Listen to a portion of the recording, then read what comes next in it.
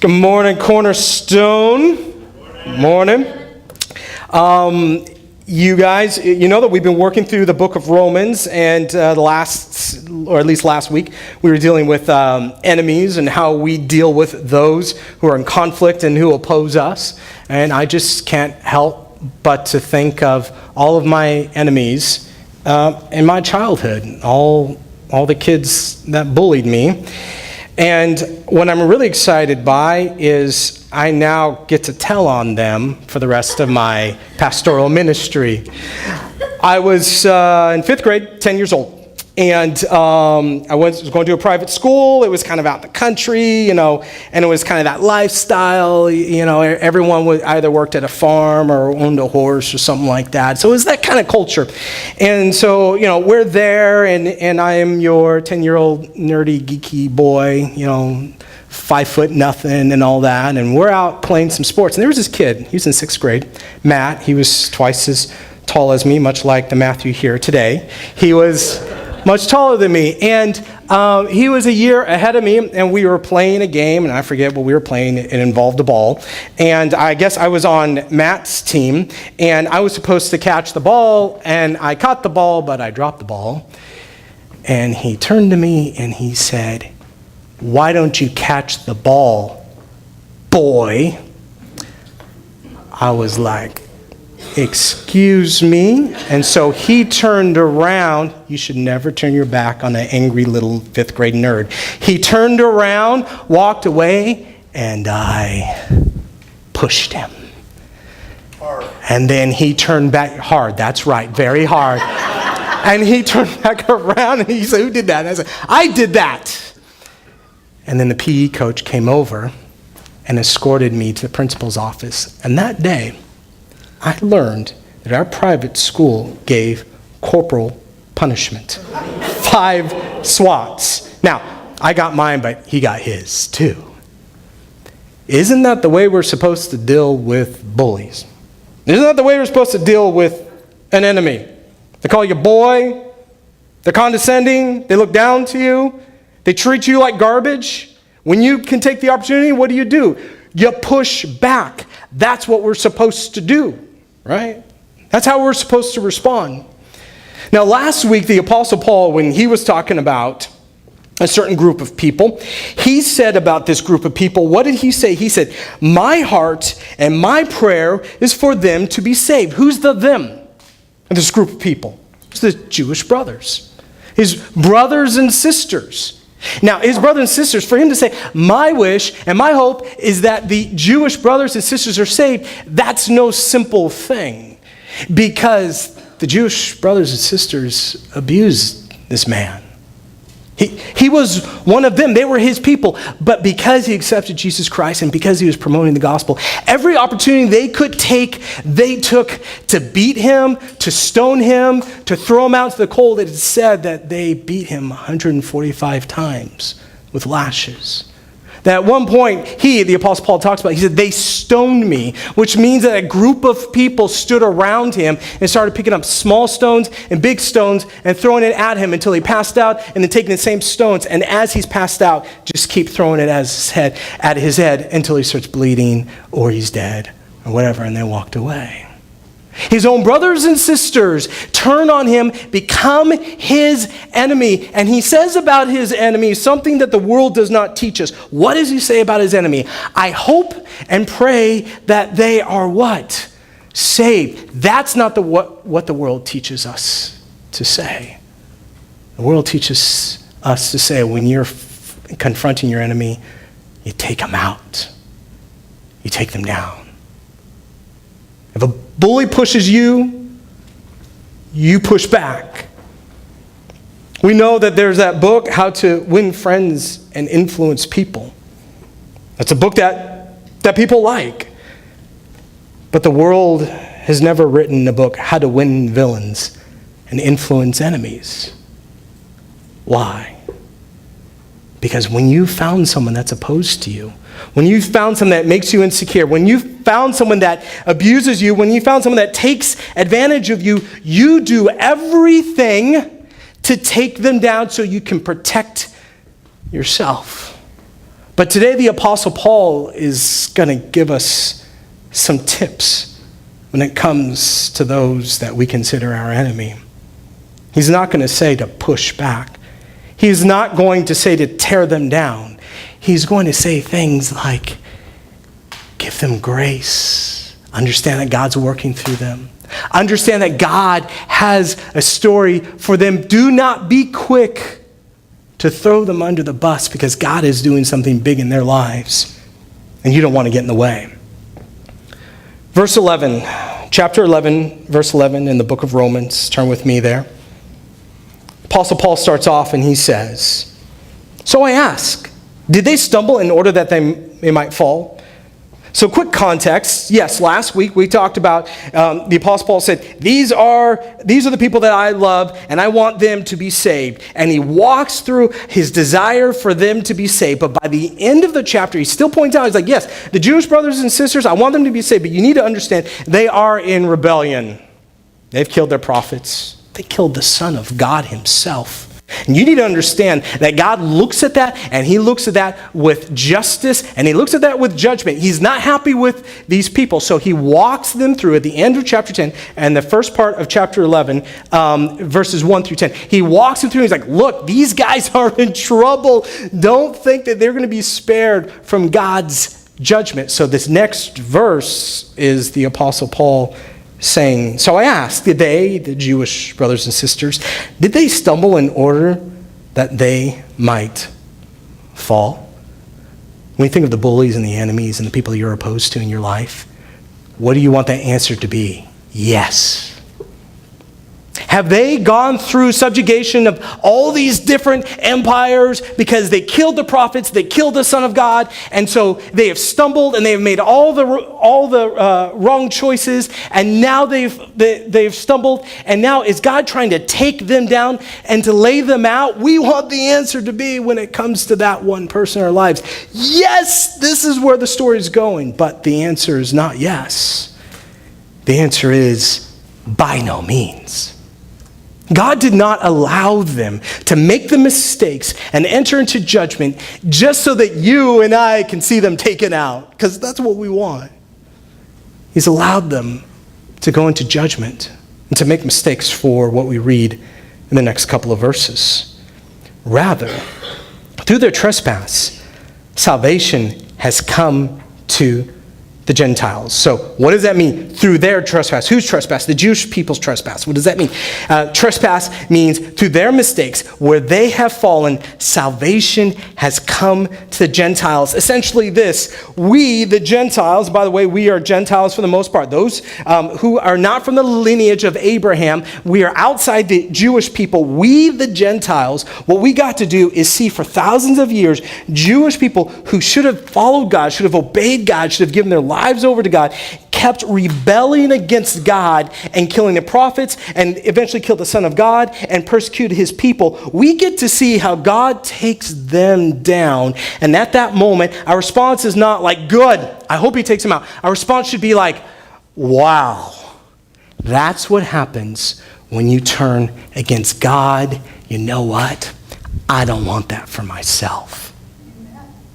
You see, for the Gentiles, they learn, it is like a lesson for them to watch the Jewish people taken down, and their response should be and must be, and the Apostle Paul is inviting us to say, when God brings someone low, you shouldn't say, man, I hope God takes him out. You should say, wow, that's an opportunity for me to say, I don't want to go the way that they went. I can't tell you how many times my dad would say, I made mistakes, Kevin. Don't make the same mistakes I made.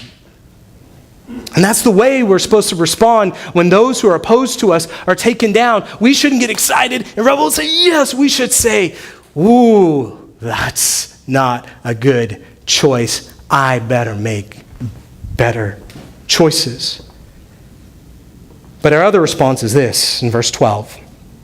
Now, if their trespass means riches for the world, meaning if we get to learn all these lessons watching the Jewish people rebel and fall, and if their failure means riches for the Gentiles, how much more will their full inclusion mean? So there's one lesson to learn when the Jewish people fell. It's like, oh, okay, they fell, they made mistakes. I'm not going to make all of those mistakes. Now he's saying, but don't you want to see a happy ending for them? Don't you want to see God take these individuals who are broken and who are in the middle of their sin, and don't you want to see a loving God raise them up, pick them back up, and restore them? Isn't that the best lesson that we can take away from when our enemies are taken down? Isn't that the best lesson? And I would say, yeah. Because consider this. You get to that place when you've made the mistakes. Now, I know we never make mistakes. We never sin. We never drop the ball. We never rebel. We never turn our back on God. But let's just say, hypothetically, there's that moment when you are down. What do you want to know about God at that moment? What do you want to know about God? Do you want to know that this is the kind of God that says, well, when I take people down, I just take them out? Or do you want to know that this is a God that when you are down, that he will lift you right back out? So if God can restore even the worst of these in your mind, then guess what? God can restore you and me. When your enemy goes down, don't say, man, I hope God takes them out. Say, I hope God restores them, because if he restores them, he can restore me. He can restore me. That's the story. That's the takeaway that we should have. But then he goes on to verse 13, and he says, now I'm speaking to you Gentiles, inasmuch then as I'm an apostle to the Gentiles. I magnify my ministry in order somehow to make my fellow Jews jealous, and thus save some of them. For if their rejection means the reconciliation of the world, what will their acceptance mean but life from the dead? So it's kind of reiterating what he just said. In verse 16, if the dough offered as first fruits is holy, so is the whole lump. If the root is holy, so are the branches. But if some, and so now what he's doing here is he's kind of creating this image, and what he's doing is using an olive tree. We had olive trees where I grew up. There were a whole line of olive trees down the street. We'd all often pick the olives, and we'd pickle them, and they were very tasty. And with these olive trees, like they're like these kind of big lumpy trunks, and then you got like these little branches that come out, and sometimes a branch broke off. So now he's using this imagery of a branch breaking off, and he says, but if some of the branches were broken off, if the Israelites were broken off from the olive tree, and you, although a wild olive shoot, were grafted in. And my stepmom would do this. She could take a plant and a branch that had broken off, and she could graft it in back to the original plant. They were grafted in among the others, and now share in the nourishing root of the olive tree. Do not be arrogant toward the branches. It's basically what he's saying is, hey, here's an olive tree, a branch broke off, the branch of the Israelites, they're down on the ground, and then God walks over and he just picks up and he puts this branch back into the main trunk of the olive tree. And so now we Gentiles, we non-Jewish people, we are tempted to look down and say, man, so much better than you. Look at you way down there. Look at you Jewish people. You made all the mistakes, but now God loves us, and we're special, and now he's grafted us back in. He is saying, do not be arrogant about the previous branch that is now broken off. There is an arrogance of the up and coming, isn't there? The next generation. The ones that arrive, and we've seen it. Like millennials look at Gen Xers and say they're the worst. Gen Xers look at baby boomers and say they were the worst. Gen Xers look at the previous generation, they just say they're the worst, they're the worst, they're the worst. Now I'm here to fix this mess that you guys made. I'm the up and coming, the ones that are replacing someone else's spot. Wives, do your husbands ever talk about their exes? And do they kind of talk about, well, I met her, we went. And how many times have you said, I don't know why you even dated her. She was ugly. She looked like the Swamp Thing. But now you have me. I'm beautiful. It's human nature. It's human nature to say, well, that was then, but this is now. That was her, but this is me. Look at me. I was the same. And you know where this happens to? It happens with mothers and daughters. It happens with fathers and sons. I was 15 years old, and I got this workout set, and I got like barbells and bench press and the bench and all that stuff. And man, I was back there in my room, like 3-4 weeks, and I was just working out, and I was bench pressing. And one day, I pushed the barbells all the way up and all the way down, all the way up, all the way down, 100 pounds. I was the man. So I was like, Dad, come here. Come here, Dad. Check this out. You know how I asked? Yeah, I wanted him to see me. My point was, I'm better than you, Dad. Watch this. So I get there and the barbell set, and I get into the bench, and I just say, and then I bring it back down. And so, oh, that's nice. He walks over. He doesn't even lay down. He grabs the barbells and goes like this. And I'm like, what? I've never seen him work out. The only thing he's ever lifted is a burrito. I've never seen him bench press. How is he curling 100 pounds? And then he walked out. And he's like, that's right.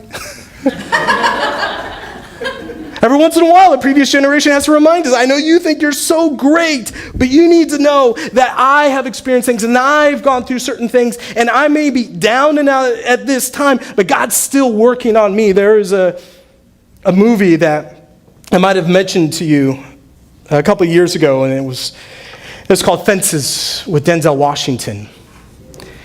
And it's a father-son kind of story. And this story, guys, it wrecked me. Apparently, old man Kevin cries now in movies. Because I'm watching this movie between this father and this son, and they don't get along. And I'm bawling. You see, this son feels bullied by his dad, Troy, Denzel Washington.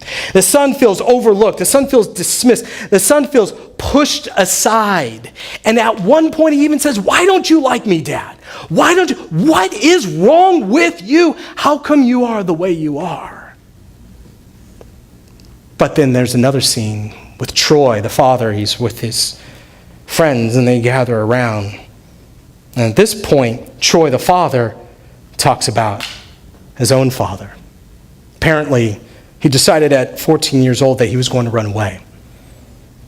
And he decided he was going to run away because he was out by a creek with a girl one time, and they were doing things that they shouldn't be doing at 14 years old. And their dad caught him. And then Dad pulled out a belt and was going to whip him. But then he realized, Troy, the father, realized at that moment that his father, what was going on there, is his father wanted to run Troy off so his father could have the girl.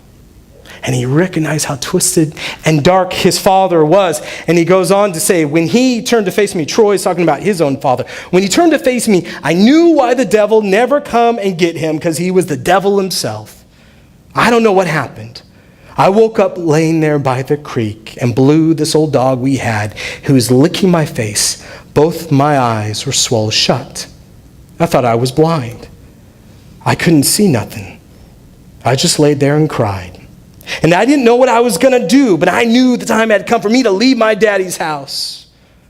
Suddenly, the world got big, so he talks about he runs away. Now, suddenly the world's big and it's overwhelming, and he has decided he is going to not live the way his dad lived. He is going to be his own man, and he's going to be better than his dad. The world got big, and it was a long time before I could cut it down to where I could handle it. Part of that cutting down was where I got to the place where I could feel him, now he's talking about his dad, kicking in my own blood. Essentially, he's saying, I hated my dad because he did some evil, dark things. So I went out, and I'm going to do it better, and I'm going to raise my own family, and I'm going to do it right. But then when he had a son, suddenly the darkness and the sin and the evilness he found in himself. And I knew the only thing that separated us was a matter of a few years. And he says in the movie, at this point, he says, I hope he's dead. And when he said that, I was like, wow, he's really still angry with his father. That's how I took that line. But then he goes on to say, I hope he found some peace. So essentially what he's saying is, as bad as my dad was, I get the demons he fought. I get the darkness he struggled with. And I realize I am not any better than my dad. Wisdom says this.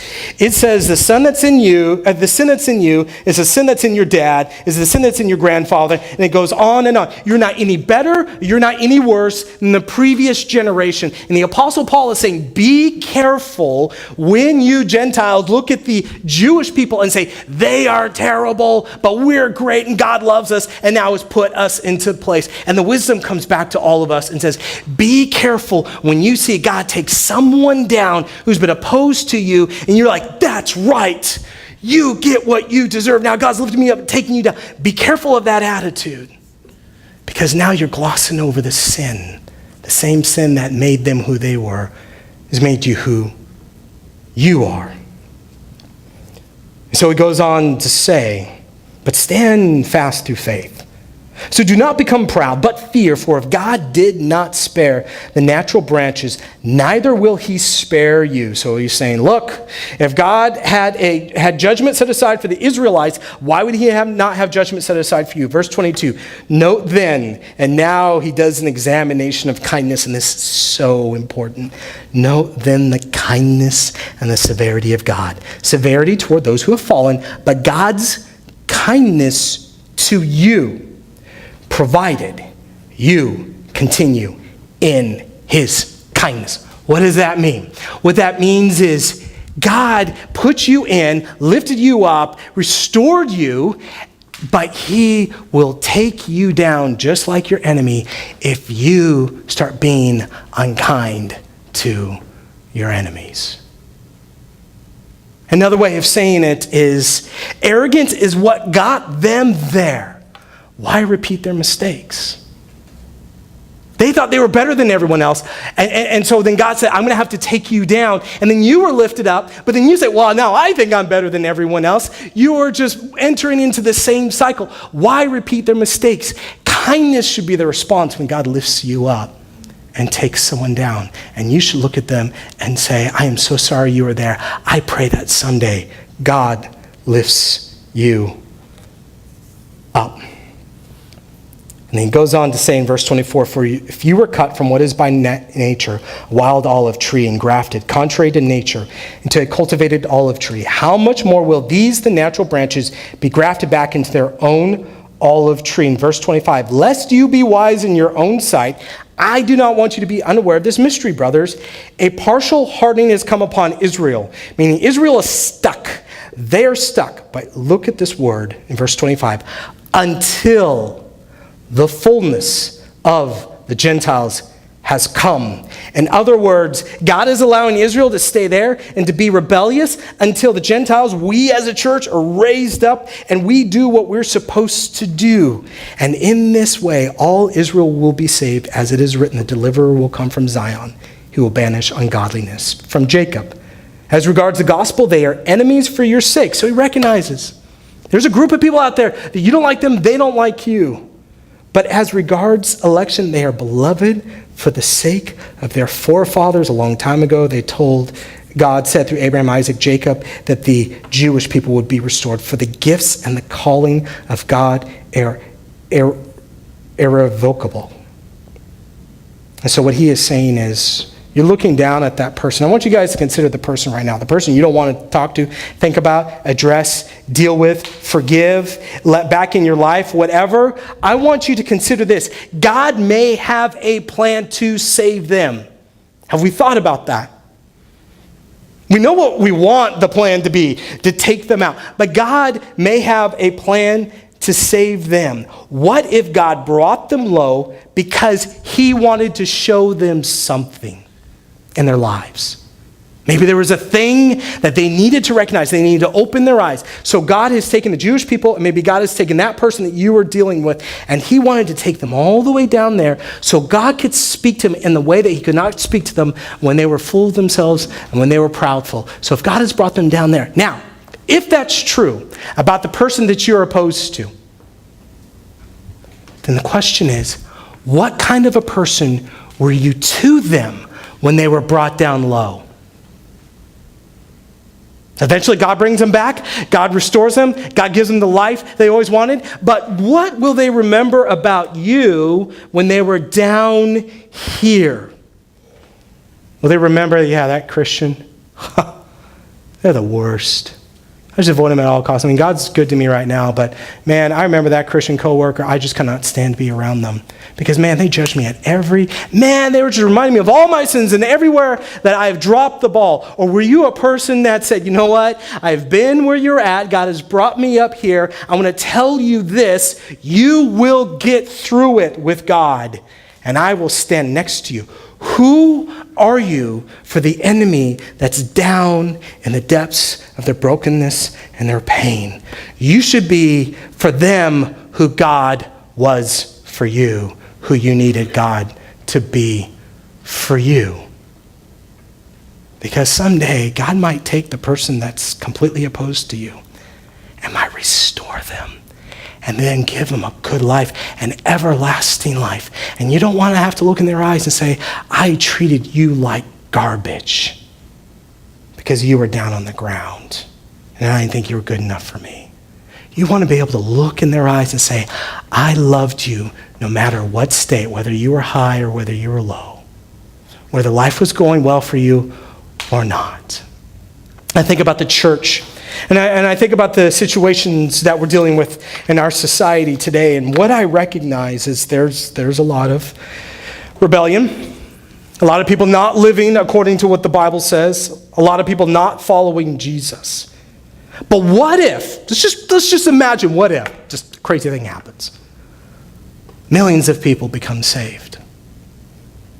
Would they turn back to the church and say, man, I remember this church that loved me no matter what, that they were not quick to judge, they were not quick to hate, they were quick to love. Well, there would be millions say this is, yes, that church on that corner or down that street, they love me, I'm going back to them. Or will they say, yeah, I've accepted Jesus Christ, but I'm not going back to those church buildings. I'm going to go do my own thing. Because they didn't love me. They didn't forgive me.